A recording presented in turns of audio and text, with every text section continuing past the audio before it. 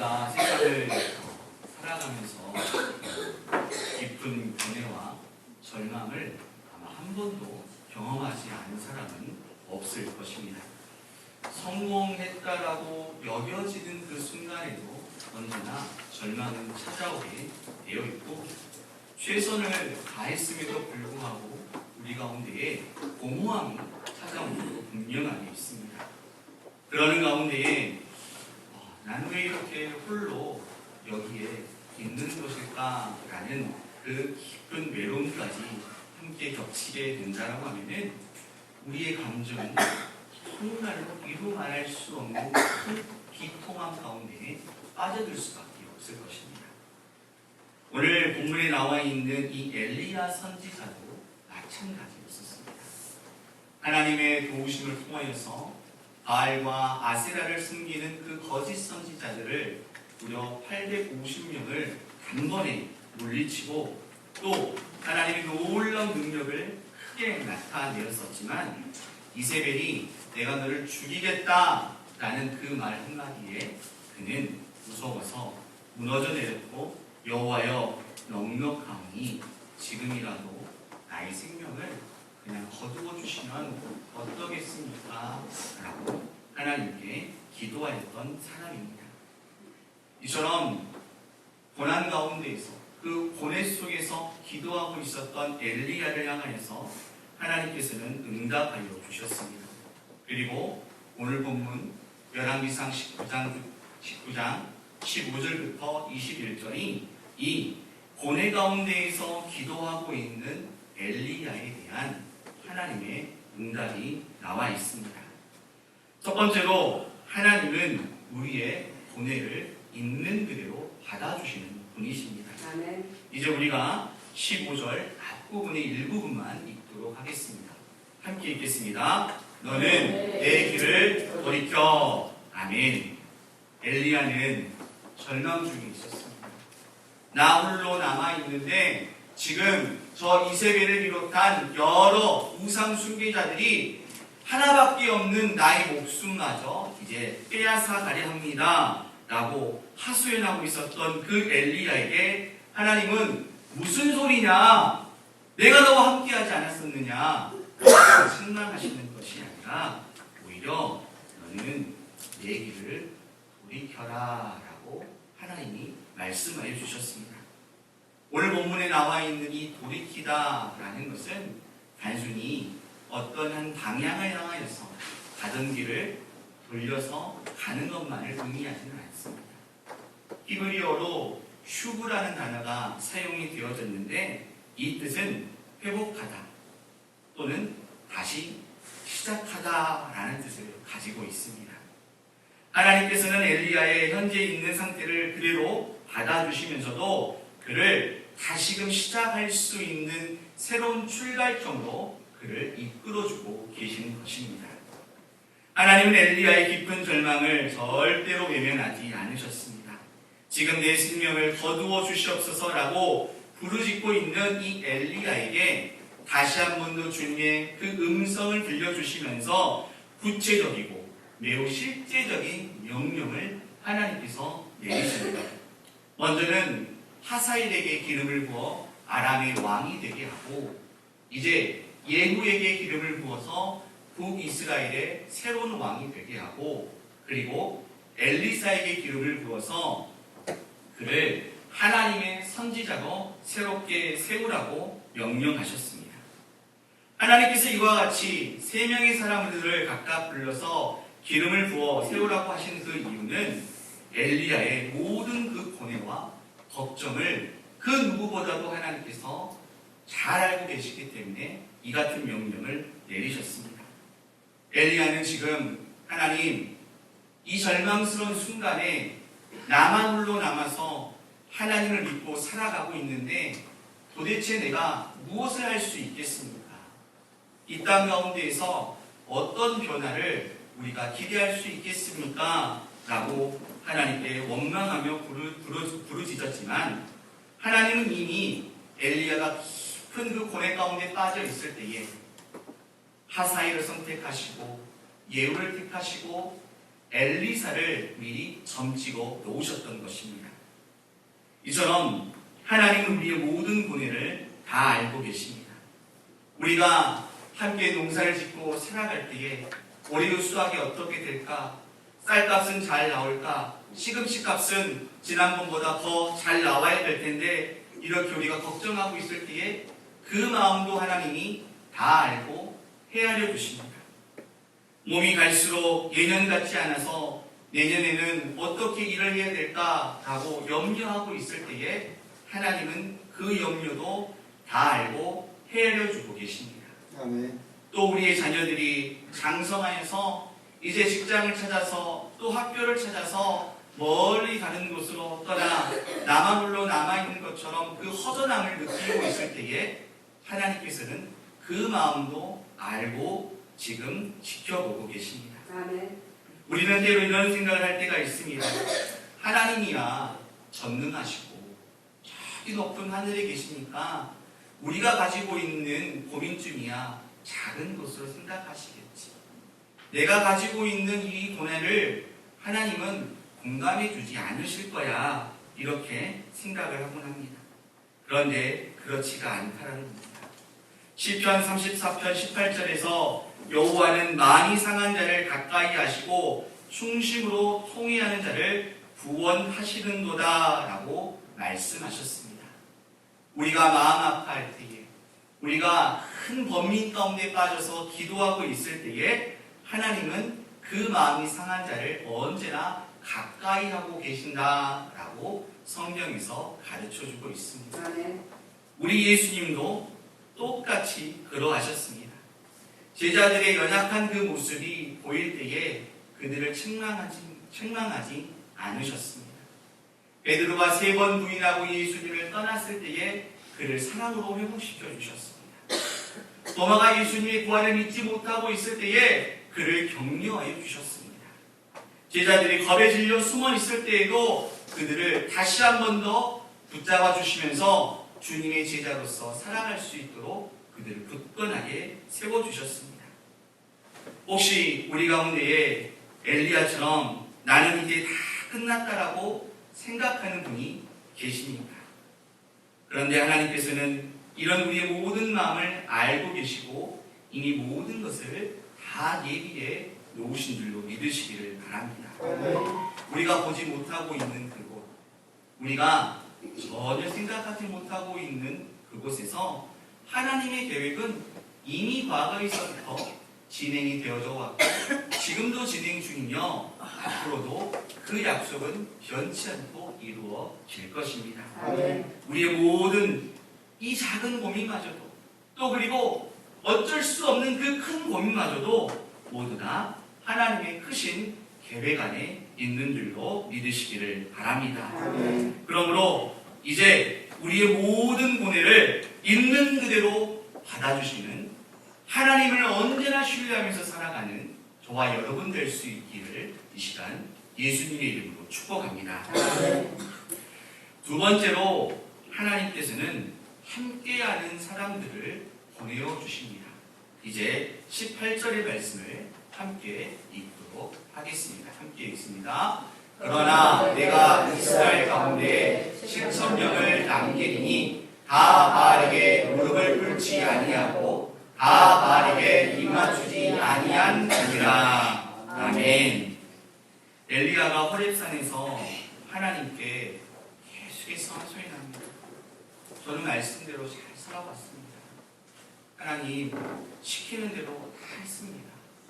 그런데 아직도 많은 사람들이 제가 전한 하나님의 말씀에 귀를 기울이지 않습니다. 어느 누구도 저를 도와주지 않는 것 같습니다. 너무나도 외롭습니다. 이제 그들이 혼자 남아있는 저의 목숨마저도 빼앗아가야 합니다. 나 홀로 남아있다. 나 홀로 남아있는 것. 이것은 엘리야에게 있어서 가장 큰 고통이었고 또 이 시대를 살아가고 있는 우리도 홀로 된다라고 하면 이보다 더 큰 고통이 없다라고 우리는 함께 공감합니다. 그런데 하나님께서 그에게 무엇이라고 말씀하십니까? 오늘 본문을 보니까 내가 이스라엘 가운데에 7,000명을 남겨놨다. 이렇게 말씀해 주셨습니다. 엘리야는 모든 사람들이 다 타락했다라고 믿는 그 시대 가운데에 자기만 홀로 하나님을 믿는다라고 그렇게 생각했습니다. 그런데 오늘 성경을 보니까 하나님께서는 엘리야뿐만이 아니라 7,000명이나 되는 신실한 믿음의 사람들을 따로 남겨놓으셨다라고 말씀하십니다. 이들은 바알에게도 무릎 꿇지 아니하고 어떤 그 우상에게도 입맞추지 아니한 하나님의 택함 받은 하나님께서 따로 거룩하게 구별시켜 놓은 7,000명의 사람이었습니다. 오늘 본문에 나와 있는 이 7,000이라는 숫자를 우리가 살펴보면은 7이라는 것은 완전하다라는 것을 의미하고 있습니다. 또 1,000이라는 것은 큰 숫자를 나타내고 있습니다. 그러니까 하나님께서 완전하게 보존하신 충분한 수의 신실한 백성들이 엘리야와 함께 보이지 않는 그곳에서 하나님을 위하여서 함께 고군분투하고 있었다는 것을 말씀하고 있습니다. 어떤 한 사람이 매우 어렵고 힘든 그 골짜기를 걸어가고 있었습니다. 길고 평탄하지 않고 가는 곳마다 돌뿌리에 걸려 넘어지기 쉬웠고 또 여러 무성한 그 풀들로 인하여서 그 온 몸이 상처가 나는 채로 계속해서 길을 걷고 있었습니다. 도대체 언제 이 골짜기를 다 통과하고 이 어려움이 끝나게 될까? 이 사람이 생각하면서 그래도 끝까지 그 길을 걸어갔습니다. 그런데 그때 하나님께서 그 사람에게 말씀하십니다. 이 골짜기가 영원토록 너에게 지속되지 않을 것이다. 내가 살아 역사하는 것을 네가 믿느냐? 그렇다면은 저 골짜기 끝에 내가 너를 위해서 준비해 놓은 은혜가 있는 줄로 믿고 그 골짜기를 나와 함께 걸어가자라고 하나님이 그 사람에게 말씀하여 주셨습니다. 아멘.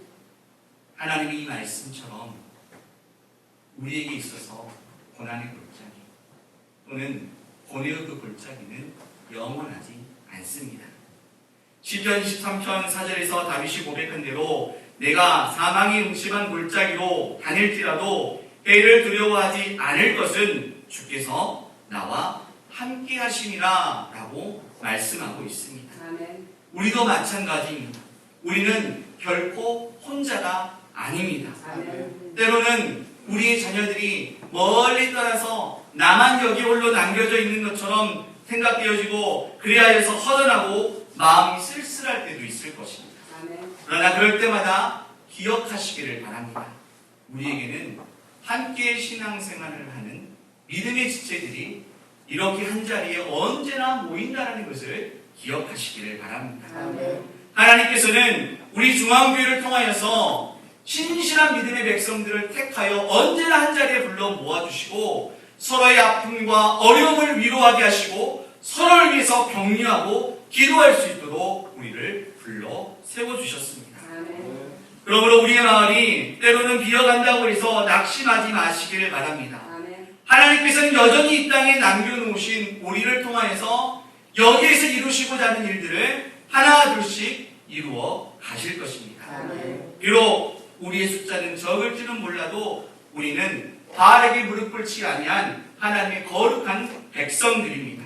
아멘. 우리는 세상의 물질과 권세에 굴복하지 않는 하나님의 사람으로서 지금 이곳에 모여 있습니다. 아멘. 하지만 때로는 이렇게 말씀을 나누어도 이런 생각이 들 수도 있을 것입니다. 우리 교회가 참 작지 않냐. 성도들도 많지 않고 젊은 사람들도 이제는 찾아보기 힘든데 무슨 큰 일을 우리 교회가 감당할 수 있겠느냐.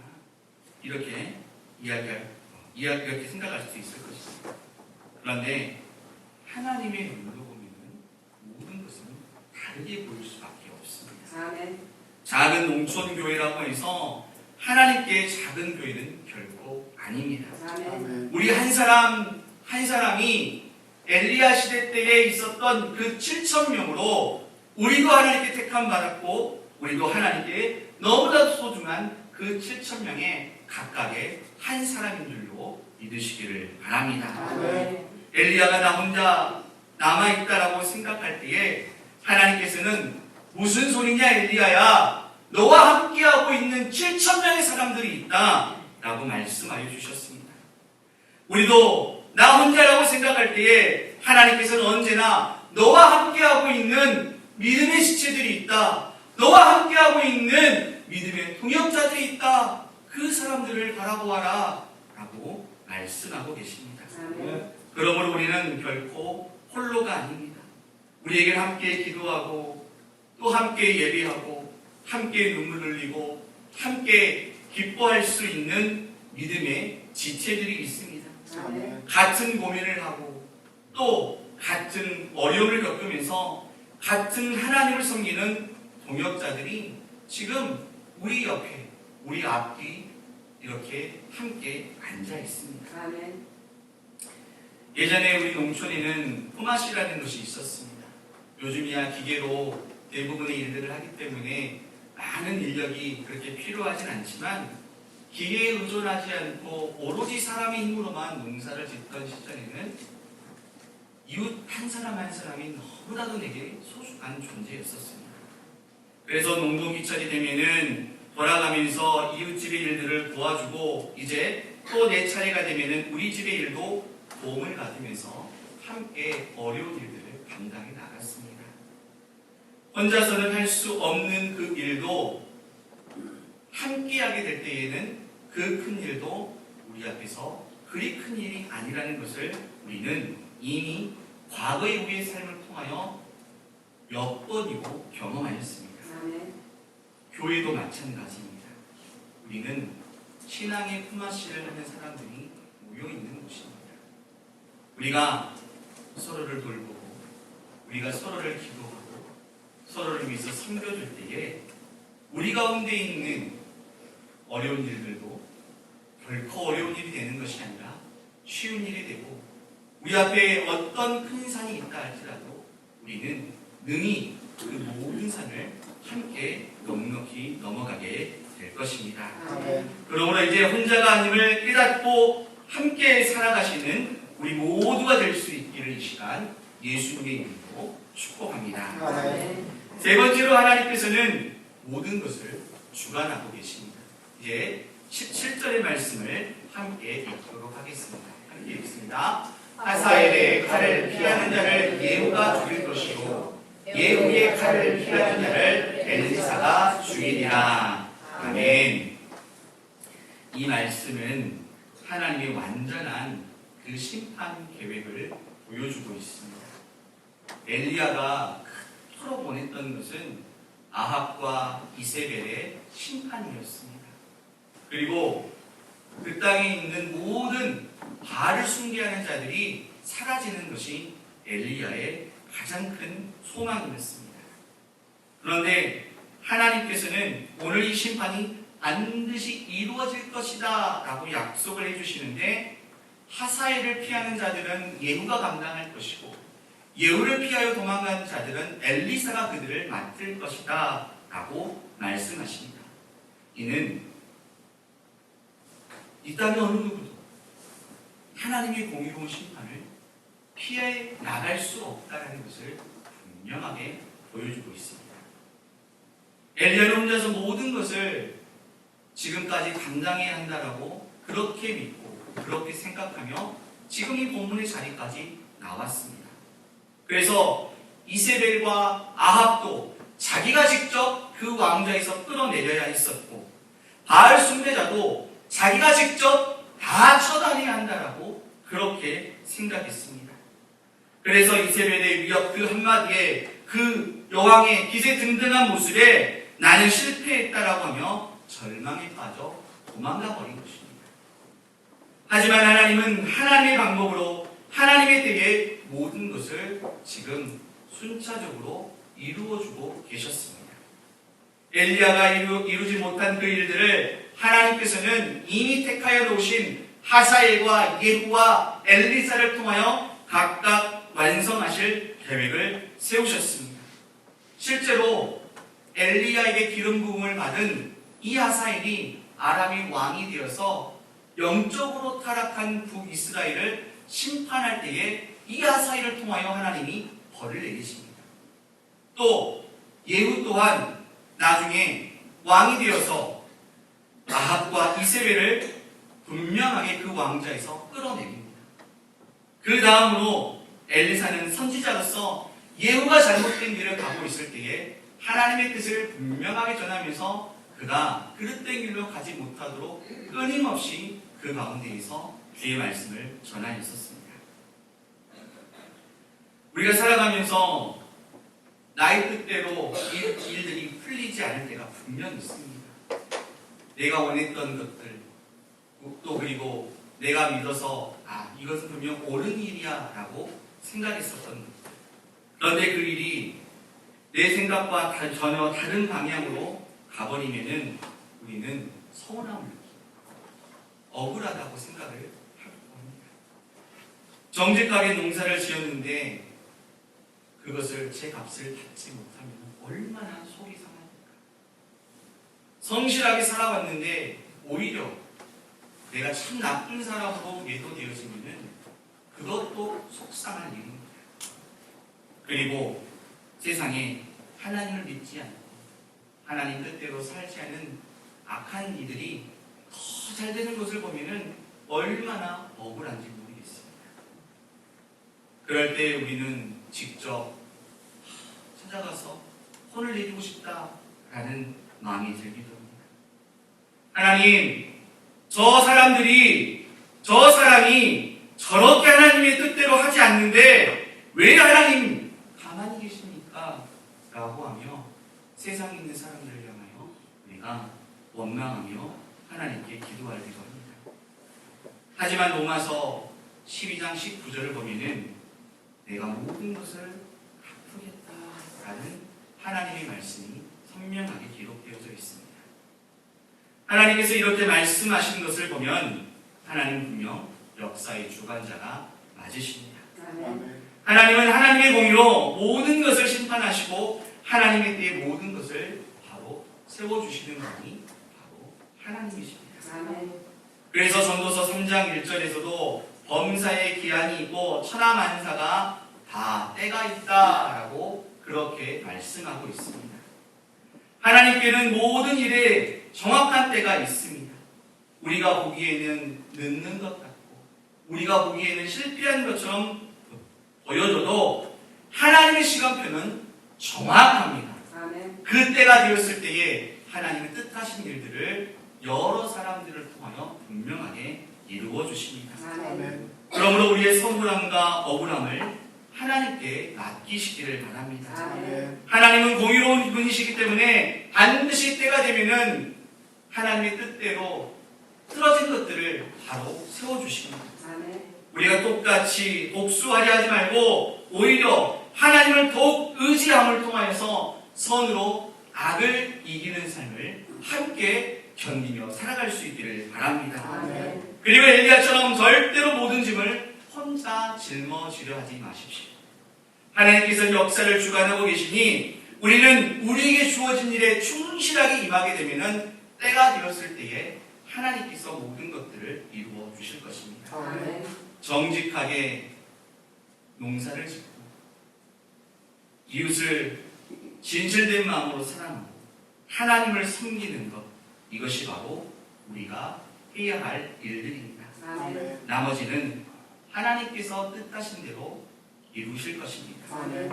그러므로 하나님의 주권을 인정하고 역사의 주관자가 되시는 하나님께 모든 것을 맡기는 그 믿음, 이것이 바로 오늘 우리가 가져야 할 가장 바른 신앙의 자세입니다. 아멘. 이제 말씀을 맺도록 하겠습니다. 사랑하는 우리 종합교회 성도 여러분, 엘리야는 갈멜산의 큰 승리 이후에 그 어떤 절망보다도 더 깊은 절망 가운데로 들어갔습니다.